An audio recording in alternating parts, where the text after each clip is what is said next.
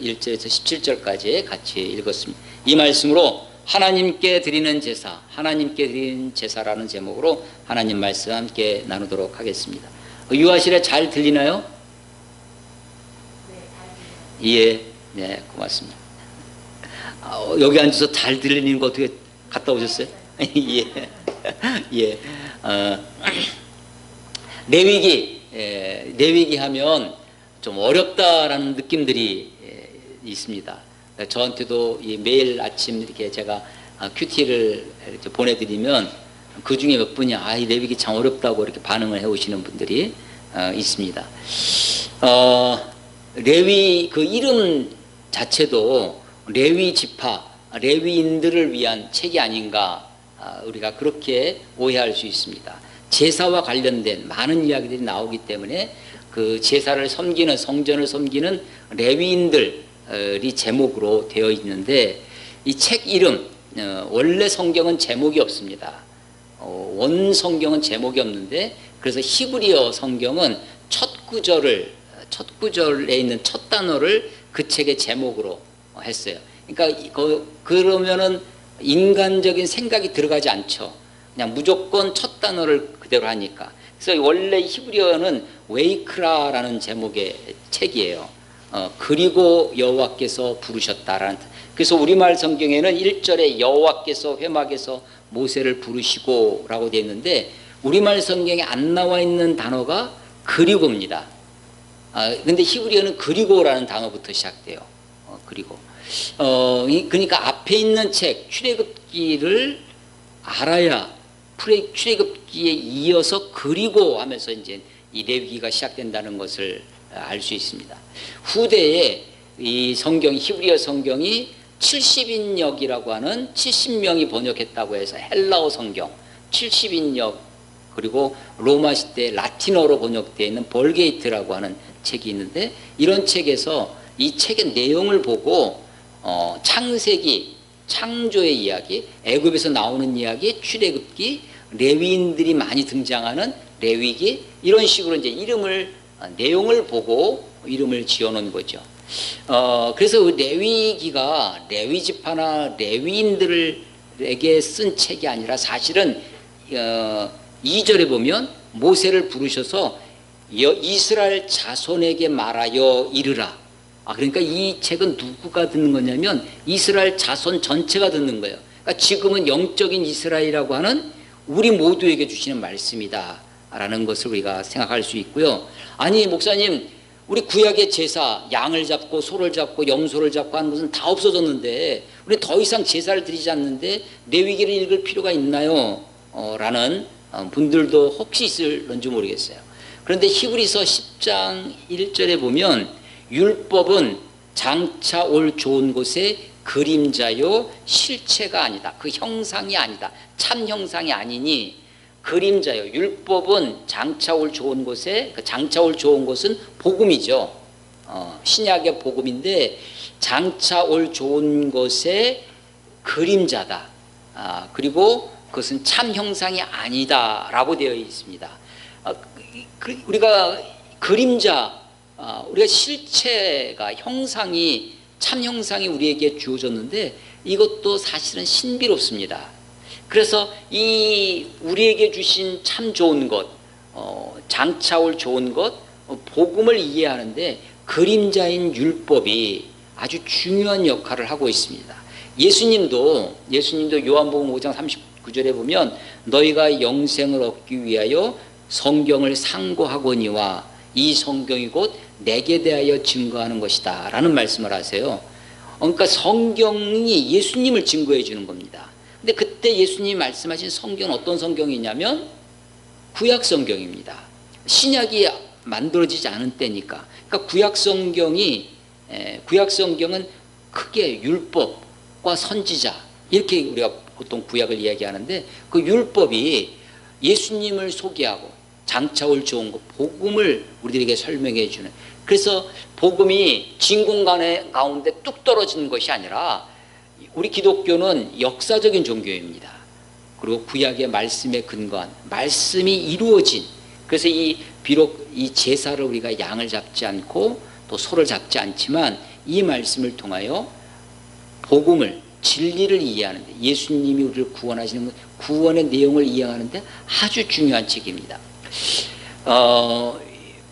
유대인들은 제일 먼저 아이들한테 무슨 성경을 가리키나, 우리는 이제 스토리가 있는 창세기가 읽기 좋습니다.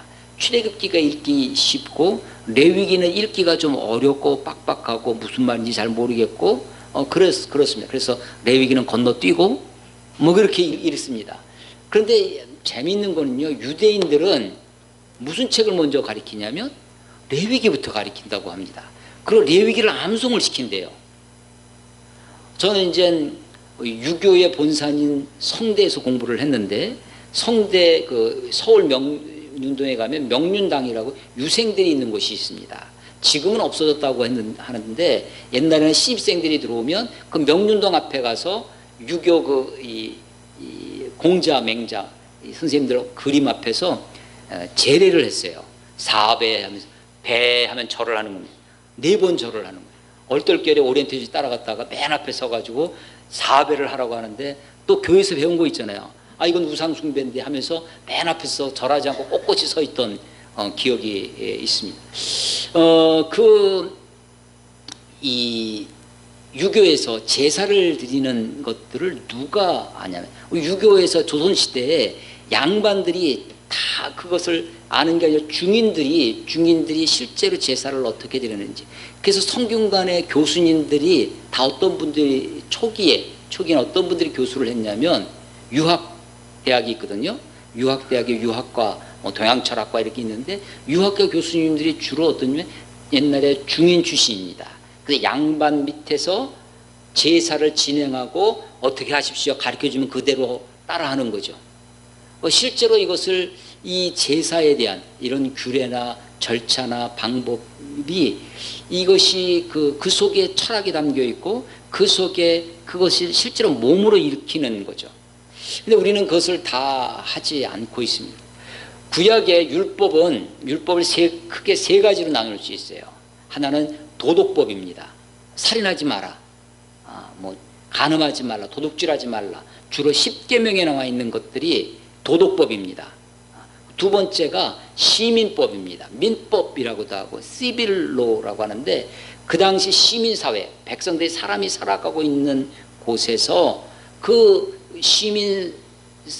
사람들이 살아가는 것을 규제하고 그들을 돕고 그 사회가 원만하게 돌아가게 하기 위한 그런 법이었어요. 그 중에 하나, 예를 들면 우리 시대와 지금 이해할 수 없는 것 중에 하나가 형수취수제, 계대혼인법이라고도 하는, 형이 자녀가 없이 죽으면 동생이 그 형의 부인, 형수와 함께 잠자리를 하고, 그리고 거기서 자녀를 낳으면 형의 자녀가 되는. 그래서 우리가 지금 시대에는 지금의 윤리나 도덕이나 관념으로는 이해할 수 없는데, 고대에는 그 자식이 없는 여인, 과부가 살아갈 길이 없어요. 가장 어려운 사람이죠. 근데 그 사람을 보호하는 가장 탁월한 사회복지제도였다는 거죠. 그래서 자녀가 생기면 대를 이을 수 있고, 그 여자가 보호되고 사회의 일원으로 살아갈 수 있는 그런 법이었습니다. 그러니까 지금의 잣대로서는 이해할 수 없지만, 고대의 잣대로서는 굉장히 탁월한 사회 안전망이었던 거죠. 그래서 그런 것들이 시대가 바뀌면서 법이 바뀌어가는 거예요. 그러니까 시민법은 그것이 변형이 되었어요, 지금은. 그리고 또 하나, 그래서 도덕법이 있고, 2번째가 시민법이 있고, 3번째가 의식법입니다. 제사에 관한 법, 절기에 관한 법, 이런 의식을 행하는 법이죠. 이런 것은 폐기되었어요.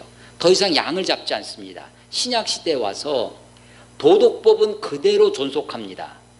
살인하지 마라. 지금도 살인하면 안 되죠. 시민법은 그 정신을 이어서 지금 변형되었어요. 의식법은 폐지되었습니다.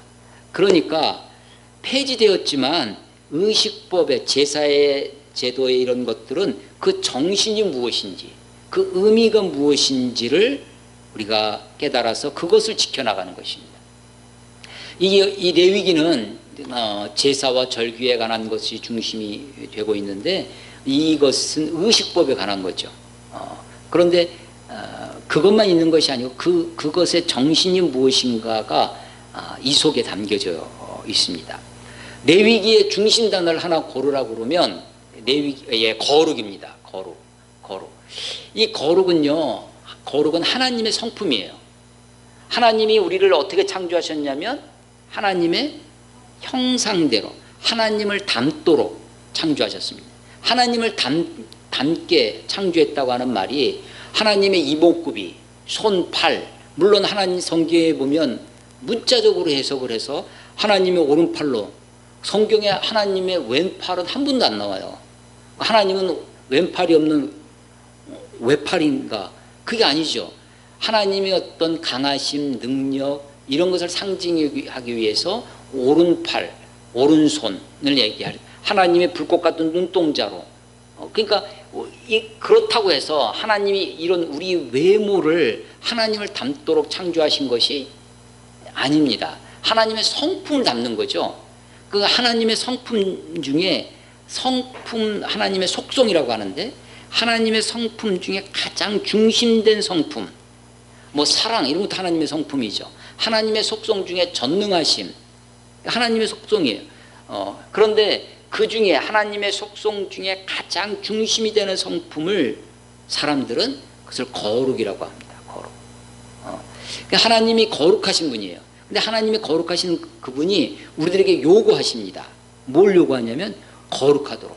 그래서 이 레위기에 반복되어지는 명령, 너무나 당연한 정언 명령과 같은 그런 명령이 뭐냐면 내가 거룩하니 너희도 거룩하라. 하나님의 거룩을 우리들에게도 요구하시는 거죠. 하나님의 성품을 담도록. 하나님의 명령입니다. 신약에 와서도 데살로니가 전서 4장 3절에 보면 우리 그리스도인들에게 영원한 숙제, 영원한 기도의 제목 중에 하나가 하나님의 뜻이 무엇인가 묻는 거죠. 하나님의 뜻이 어디 있는지. 물론 하나님의 뜻이 굉장히 많이 있을 수도 있는데 하나님의 뜻을 분명하게 우리가 보여주신 것이 있어요. 이것이 하나님의 뜻이니. 데살로니가 전서 4장 3절에 보면 하나님의 뜻은 이것이니 곧 너희의 거룩함이라. 우리의 거룩함이 하나님의 뜻이에요. 그러니까 우리가 주님의 뜻이 이루어지도록 기도하고 주님의 뜻을 따라 생활하고 주님의 뜻이 우리의 삶 속에 이루어지기를 기도한다면 마땅히 우리가 어떻게 살아야 되냐면 거룩하게 살아야 되는 것입니다. 하나님의 성품이 거룩이고 하나님의 뜻이 거룩입니다. 데살로니가 전서 그 4장 7절에 가면 하나님이 우리를 부르심은 부정케 함이 아니요 우리를 거룩케 하려 함이니. 하나님 우리를 부르신 목적이 어딨냐면 거룩에 있다. 거룩에 있다는 것입니다. 자, 레위기의 중심 단어가 뭐라고요? 거룩입니다. 자, 창세기, 출애굽기, 레위기, 민수기, 신명기 5권의 성경을 우리는 모세 5경이라고 하는데 그 중심에 레위기가 있어요. 그 가운데 실제로 모세 5경의 중심이 어디 있냐면 레위기에 있습니다. 하나님의 세상을 창조하셨어요. 창세기의 이야기입니다. 창조한 그 창조의 세계 가운데 인간을 하나님 형상대로 창조하시고 세상을 다스리도록 그렇게 창조하셨는데 인간이 범죄해서 추방당합니다. 하나님이 여러 번 기회를 주셨지만 노아의 홍수에서 보듯이 죄악의 관연에서 하나님이 심판하세요. 바벨탑 사건에서 보다시피 사람들이 언어가 많아지고 달라지고 하면서 흩어져 살아갑니다. 그런데 그 속에서 하나님 한 사람을 부르시고 선택하셨어요. 그게 아브라함, 믿음의 주상이죠. 그 선택된 하나님의 백성이 애굽에 내려가서 사는 것으로 끝나는 것이 창세기입니다. 그래서 창세기는 창조 이야기, 하나님의 백성을 선택한 이야기, 선택한 백성이 애굽에 가는 것으로 끝납니다. 그 애굽에 간 백성들이 400년 동안 노예로 살다가 그 애굽에서 구원해내는 이야기가 출애굽기예요. 그래서 창세기는 창조와 선택이라면 출애굽기는 구원의 책이죠. 그 구원받은 백성을 애굽에서 나와서 출애굽해서 홍해를 건너 시내산에 도착합니다. 그 시내산에서 하나님이 두 가지를 주세요. 하나가 율법입니다. 십계명으로 대표되어지는 율법. 그 율법을 주셨는데 율법 밑에 있으면, 우리가 율법 아래에 있으면 우리가 다 죄인인 것이 드러납니다. 율법은 우리들에게 죄를 깨닫게 함이라. 죄를 깨닫게.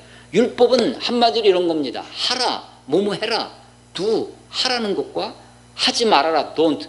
하라, 하지 말아라. 근데 하라는 것은 하지 않고 하지 말라는 것은 하고, 그래서 율법 아래에 있으면 우리는 다 죄인인 것이 드러나요. 그래서 죄인은 거룩하신 하나님 앞에 나아갈 수 없습니다. 그 죽을 수밖에 없죠. 그런 우리들을 위해서 또 하나 주셨어요. 신의 산에서 율법을 주셨고 또 하나 주신 것이 성막을 주셨습니다. 성막을. 그 성막은 성소와 지성소로 되어 있죠. 그 성소에 들어가기 전에 정결한 자가 들어가야 돼요. 정결하기 위해서 손을 씻는 물두멍이라고 하는 노떼아라고 하는 큰 물그릇이 있습니다. 거기서 손을 씻어요.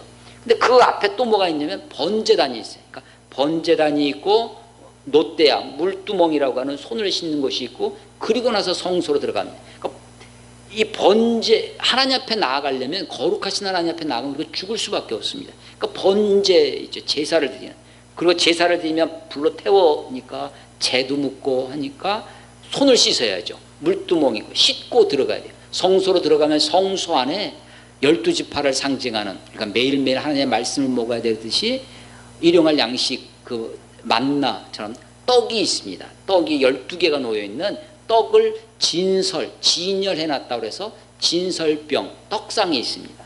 그 떡상 맞은편에 그 어두운 텐트 속 성막을 밝혀주는 촛대가 있습니다. 7 촛대가 있어요. 완전을 상징하는 7 촛대죠. 그리고 그 앞에 보면 향단이 있어요. 성도의 기도. 그 성소 안에 3가지가 있어요. 성소를 지나 지성소로 나갑니다. 지극히 거룩한 곳, 지성소죠. 지성소는 아주 깜깜한 휘장으로 가려져 있습니다. 휘장을 지나 지성소에 들어가면 상자가 하나 있습니다. 상자를 한자로 괴라고 합니다. 괴. 옛날엔 사과, 괴, 짝 그랬죠. 사과, 괴짝. 그 괴자예요. 괴자가 상자라는 겁니다. 그 속에는 3가지가 들어갑니다. 그 괴 안에는 그 괴를 증거괴 혹은 법괴 혹은 언약괴라고도 합니다. 그 괴 안에는 3가지가 들어가는데, 하나가 십계명 돌판, 그리고 만나 항아리, 그리고 아론의 쌍난 지팡이, 이 3가지가 들어가는데, 이 3가지 다 이스라엘 백성들, 곧 인간의 죄와 관계에 있습니다. 인간의 교만과 불순종과 하나님을 배반했던 그것이 다 들어있어요. 그 괴짝에 들어있습니다. 하나님이 그 괴 상자에 그 인간의 죄를 보면 벌하실 수밖에 없죠. 그래서 하나님이 보지 못하도록 덮고 있어요. 덮개가. 이 덮개가, 그래서 이 덮개, 커버, 이 덮개가 아주 중요합니다. 그래서 덮개만 이름이 따로 있어요. 증거계의 덮개. 거기서 하나님이 그들의 죄를 사해 주십니다. 덮개에서. 그 덮개 이름이 뭐냐면 속죄소입니다. 죄를 속하는. 근데 속죄사라고도 하고, 우리의 죄가 속죄를 받으면 하나님의 은혜가 임하는 거죠. 하나님의 은혜가 아니고서 우리의 죄를 살 수 없어요. 그래서 하나님의 은혜를 베푸는 곳이라는 시은소라는 이름이 바로 그 덮개예요. 그러니까 덮개를 시은소라고도 하고 또 속죄소라고도 합니다. 영어로는 은혜의 자리, 멀시 시트, 멀시 자비의 자리예요. 멀시 시트라고 합니다. 대제사장이 1년에 한 번 대속죄일 날, 이게 이제 레위기 16장에 나와 있는 거예요. 레위기의 중심이 16장입니다.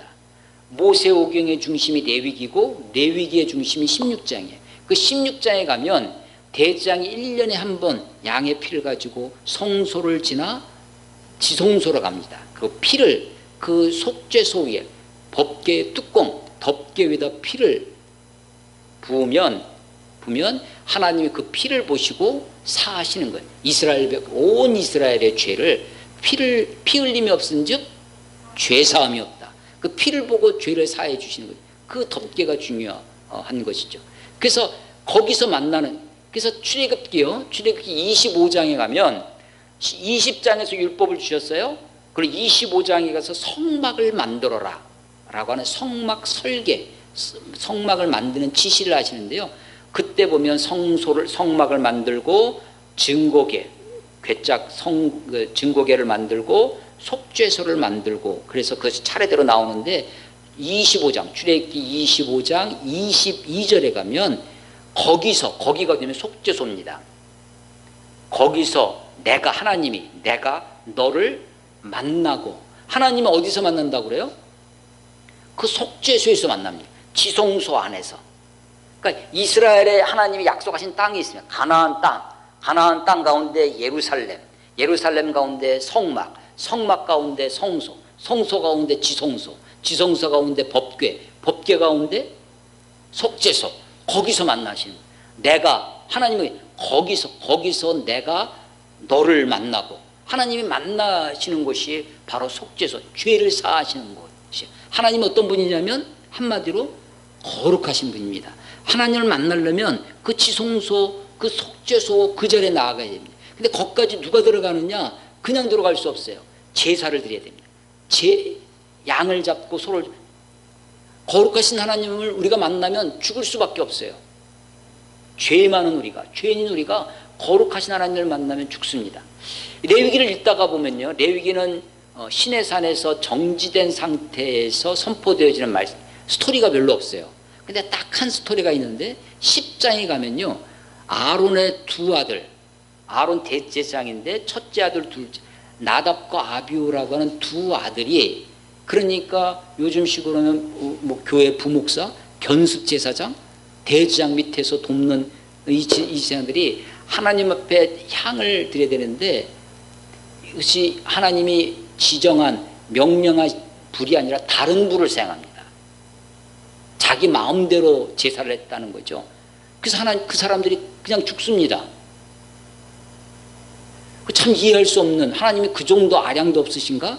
그런데 하나님은 지금요, 뭘 지키시려고 하냐면 하나님이 얼마나 거룩하신 분인지를 그들에게 교육하시죠. 그래서 레위기 10장에 가시면요, 10장 그 나답과 아비후를 죽게 하시고 죽이시고 나서 3절에 모세가 아론에게 이르되 이는 여호와의 말씀이라 이르시기를 나를 가까이 하는 자 중에서, 가까이, 하나님이 지금 가나안 땅에서 예루살렘에서 성막에서 성소, 성소에서 지성소, 지성소에서 증거계, 덮개, 그 속죄소에서 만나시는 아주 깊은 곳에, 은밀한 곳에 하나님이 계시는데, 나는 나를 가까이 하는 자 중에서 내 거룩함을 나타내겠고, 그 누가 가까이 하냐면 제사장들이 하나님을 가까이 하죠. 그 제사장들이 하나님, 그 위험한 겁니다. 거룩은 굉장히 위험해요. 그래서 이사야도 그 성소에 들어가서 히랍들을 보고서는 그만 화로다 나여 그 영광을 보고 이제 죽게 됐다고 막 하잖아요. 거룩은 굉장히 위험한 겁니다. 마치 태양이 너무나 우리에게 소중한 거지만 가까이 가면 하기 전에 다 타죽잖아요. 마찬가지입니다. 그래서 나는 나를 가까이 하는 자 중에서 내 거룩함을 나타내겠고 온 백성 앞에서 내 영광을 나타내리라 하였느니라. 아론이 잠잠하니, 아론은요 자기 아들들이 죽었는데 말 한마디 못하고 그 두 아들이 죽는 사건을 경험하게 되는 거죠. 출애굽 광야 저 끝에 가면요, 가나안에 들어가기 전에 모세가 가나안에 들어가지 못하는 사건이 벌어집니다. 무리바 반석 사건이라고 해서 반석에서 모세가 막 화가 나서 반석을 막 두 번씩이나 내리치면서 내가 너희들에게 물을 내랴 하면서 자기 분을 나타낸 적이 있어요. 그때 이게 민수기 20장의 사건인데, 그때 하나님이 말씀하신, 네가 사람들 앞에서 내 거룩함을 나타내지 아니하여, 하나님의 거룩함을 나타내지 않았다는 겁니다. 그래서 모세가 그 사건 때문에 광야에 들어가지 못하는 그런 일이 벌어지는 거죠. 자, 구원받은 백성이 하나님을 만나기 위하여 성소로 들어가야 되는데, 하나님을 만날 수 있는 방법이 뭐냐? 하나님께 가까이 가는 법이 뭐냐? 거룩하신 하나님을 만나면 우리가 죽을 수밖에 없습니다. 근데 내가 죽으면 게임 끝이잖아요. 그러니까 나 대신 소를 잡는 겁니다. 나 대신 양을 잡는 것이고, 나 대신 가난하면 비둘기를 잡는 겁니다. 더 가난하면 곡식을 드려요. 그래서 가난한 사람들이 드리는 것이 비둘기였고, 더 가난하면 형편에 힘이 미치지 못하는 자는 산비둘기와 집비둘기 새끼를 바쳐라. 그것도 힘에 미치지 못하면 고운 가루를 가지고 와라. 그 고운 가루로 하나님께 드리는 거죠. 형편에 맞게끔. 그러나 하나님께 나아가는 것은 누구에게나, 부자에게나 가난한 자에게나. 우리 오늘 한국 사회가 지금 보수와 진보로 이렇게 나뉘어져 있습니다. 서로 아주 굉장히 적대적인 이야기들을 많이 하는 것을 보게 됩니다. 그런데 보수에 있는 사람도 여전히 구원받아야 할 그리스도의 십자가가 필요한 사람입니다. 진보에 있는 사람들도 여전히 하나님이 필요한, 복음이 필요한 사람들이죠. 복음의 눈으로, 하나님의 눈으로 보면 우리 모두가 하나님의 백성, 하나님의 구원이 필요한 자들이죠. 그래서 오늘 이 제사는요, 이 레위기는 레위인들만 읽으라고 하는 것이 아니라 오늘 1장 2절에 보면 이스라엘 자손에게 말하여 이르라. 너희 중에 누구든지 여호와께 예물을 드리려거든. 그야말로 누구든지입니다. 아니, 누구도 하나님께 예배를, 하나님께 제사를, 하나님께 나아가야 됩니다. 거룩하신 하나님께 나아가는 방법은요, 죽음밖에 없어요. 나아가면 죽습니다. 그런데 내가 죽는 것을 대신해서 소를 대신 죽이는 거예요. 양과 염소를 대신 죽이는 거예요. 여기서 대신 죽이는 것을 우리가 뭐라고 하냐면 대속이라고 하는 것입니다. 대속. 그래서 하나님이 그것을 내가 죽는 것처럼 하나님이 여겨주시는 거예요. 그 상징이 뭐냐? 4절에 보면 그는 번제물의 머리에 안수할지니. 이 제사를 지내는 방법이 아주 여기 이 번제가 아주 기본형으로 나와요. 제일 먼저 할 일은 뭐냐면 그 소나 양을 데리고 오는 겁니다.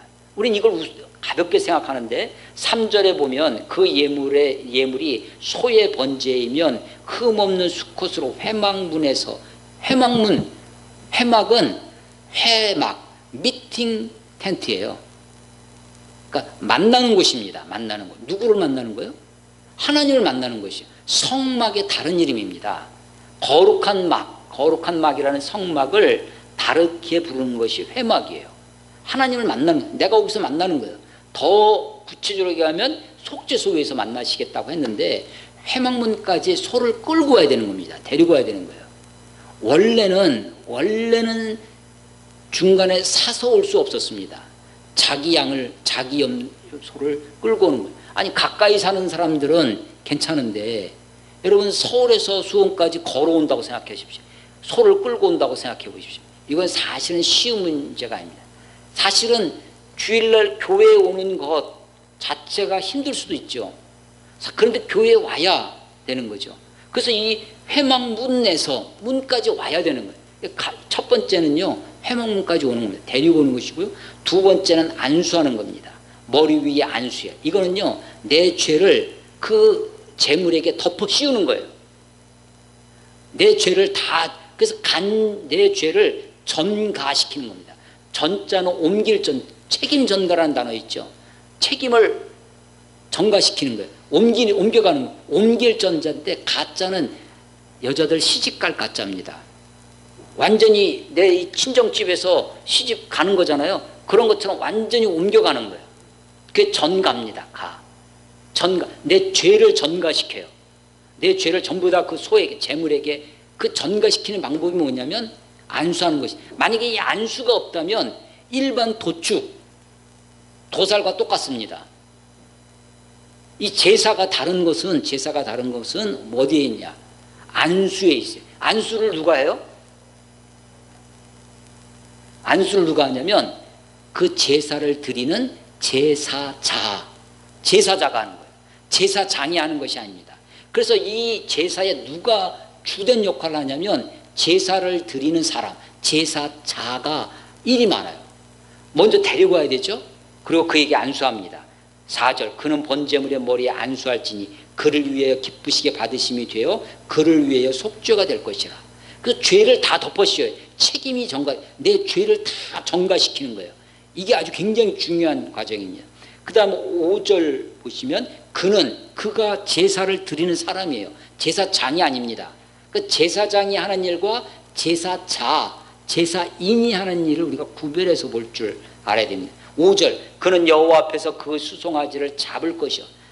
그냥 아주 간단해요. 잡으면 됩니다. 어떻게 잡을까요? 그럼 소 한번 보실래요? 한번 그림을 한번 생각해 보십시오. 소를 어떻게 하면 잡을까요? 도끼로 내려치면 한 방에 죽을까요? 큰 칼로 목을 베면 베어질까요? 소의 심장을 찌르면 직사할까요? 동맥을 끊어도 여러분 우리가 잡을 것이요 5글자인데요. 이게 결코 쉬운 일이 아닙니다. 진땀 흘릴 것입니다. 아마.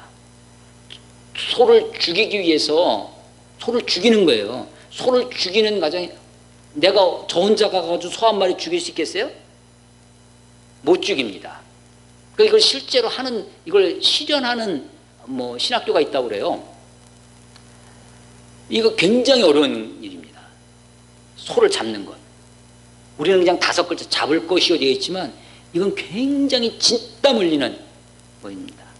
그리고 소를 잡고 나서요. 잡을 것이요. 아론의 자손 제팡이 돼. 그래서 자손들은 그 피를 그때 잡으면 피를 흘리는데 그 피를 가져다가 회막문 제단 사방에 뿌리는. 제사장은 어때요? 피 받아서 갖다 뿌리는 거예요. 제사장이 훨씬 쉽죠.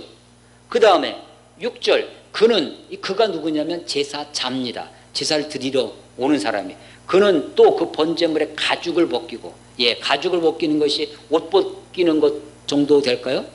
여러분 가죽 한번 벗겨보셨습니까? 저는 오징어 껍질은 벗겨봤어요. 여러분 가죽 벗기는 게 쉬운 일이 아닙니다. 이게 보통 이것도 정말 진땀 나는 일일 것입니다. 가죽을 벗겨요. 그리고 그 다음에 뭐예요? 각을 떼요. 각을 뜬다는 말이 무엇입니까?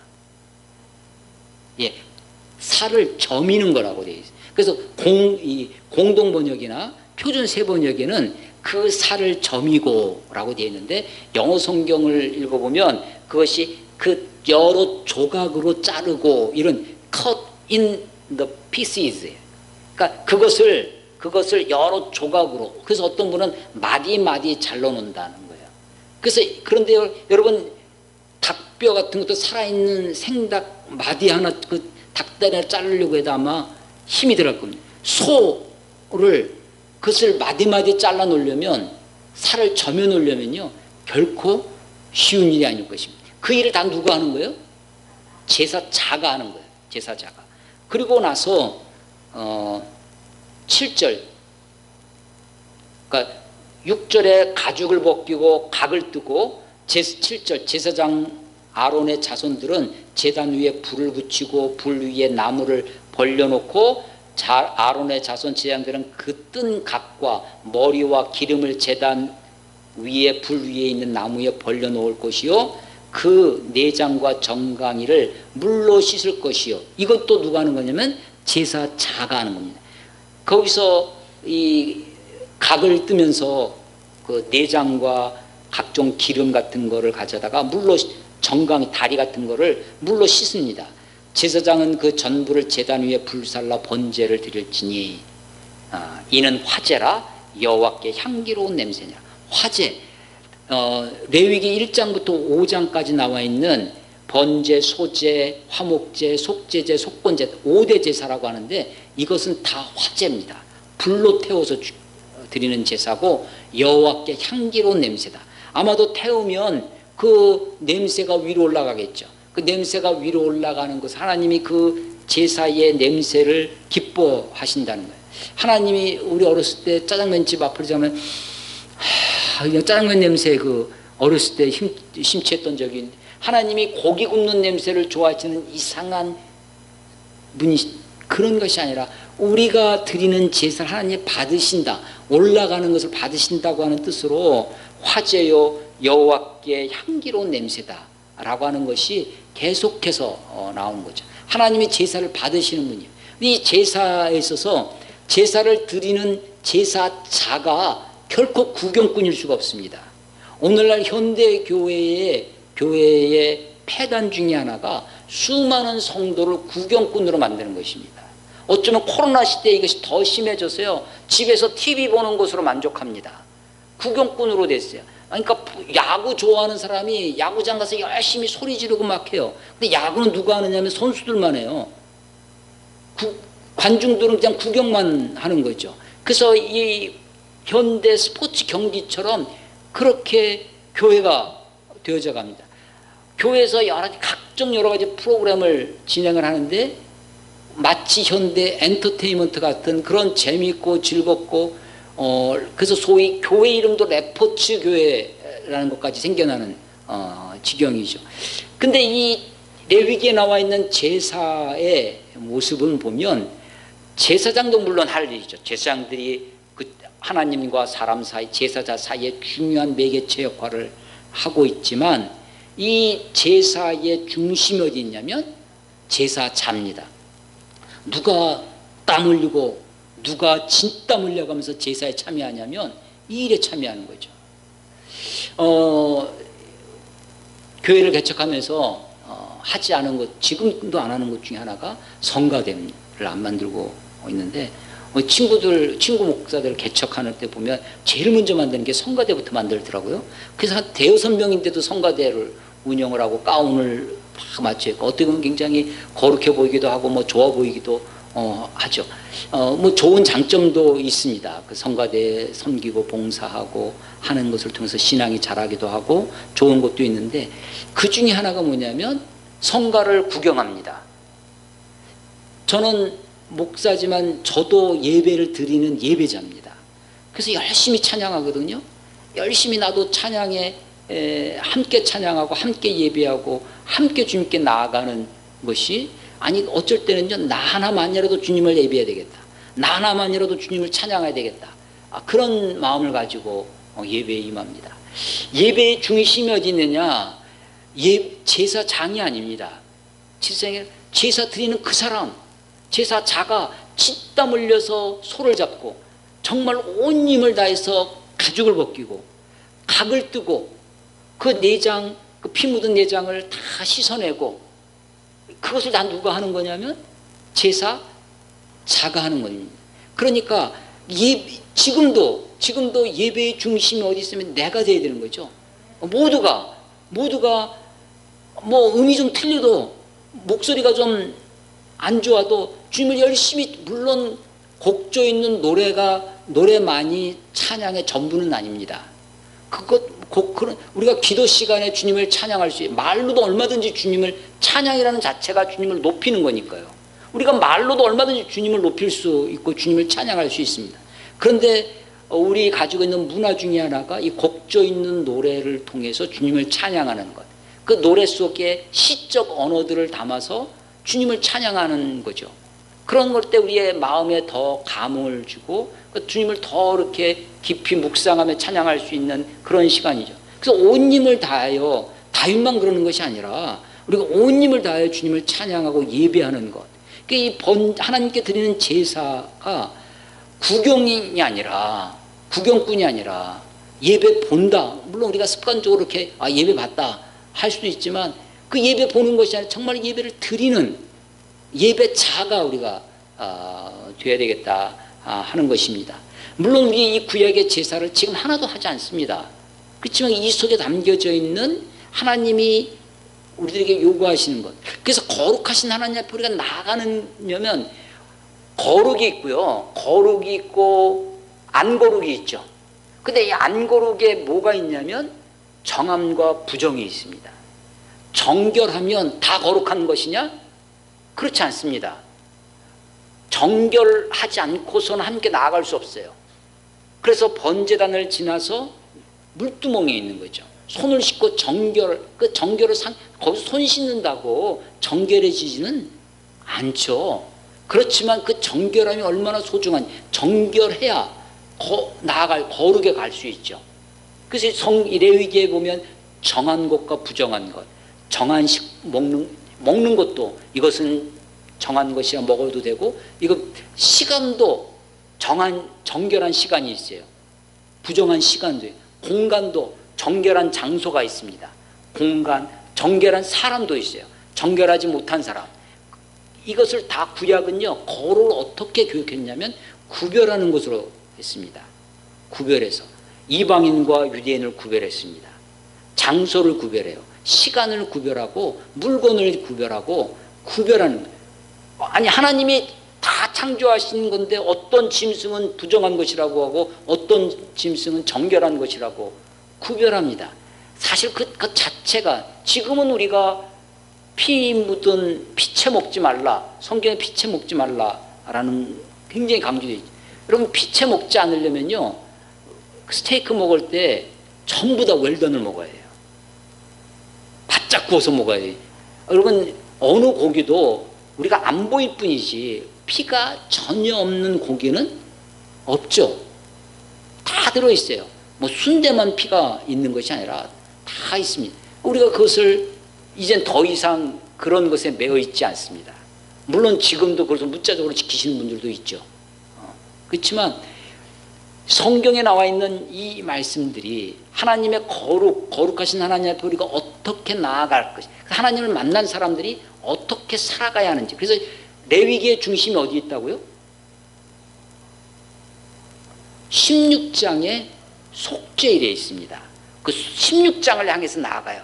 그 16장을 나아갈 때 제사에 관한 이야기, 제사를 드리는 제사장들, 그 제사장들을 위임을 어떻게 하고 하는 이야기가 나옵니다.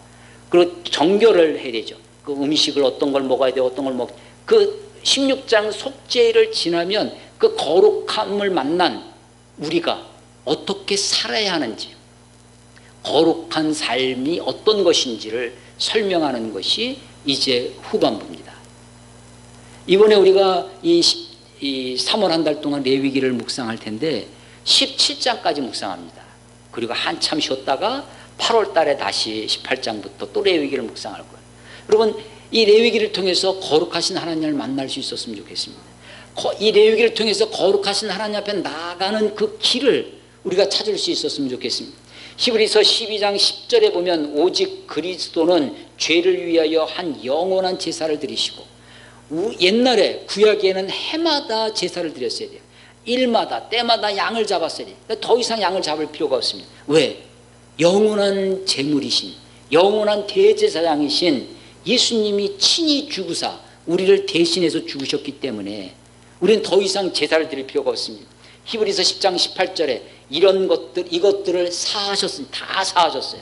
다시 죄를 위하여 제사 드릴 것이 없네요. 더 이상 우리가 제사를 드릴 것이 없습니다. 그럼에도 불구하고 로마서 12장 1절에 보면 내가 하나님의 모든 자비하심으로 너희를 권하노니 너희 몸을 하나님이 기뻐하시는 거룩한 산 제물로 드리라. 우리 몸을 하나님께 제물로 드리라고 합니다. 히브리서 13장 15절에 보면 그러므로 우리는 예수로 말미암아 항상 찬송의 제사를 하나님께 드리자. 찬송의 제사를 드리자입니다. 이는 그 이름을 증언하는 입술의 열매니라.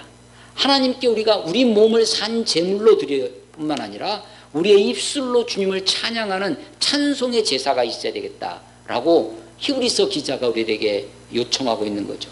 히브리서 13장 16절에 보면 오직 선을 행함으로 서로 나누어 주기를, 우리 아까 팡팡 나눠줘요, 우리 칠드런 타임에 두 번째 오기였는데, 오직 선을 행함으로 서로 나누어 주기를 잊지 말아라. 하나님은 이 같은 제사를 기뻐하시느니라. 이 같은 제사가 뭐냐면 나눠주는 것이래요.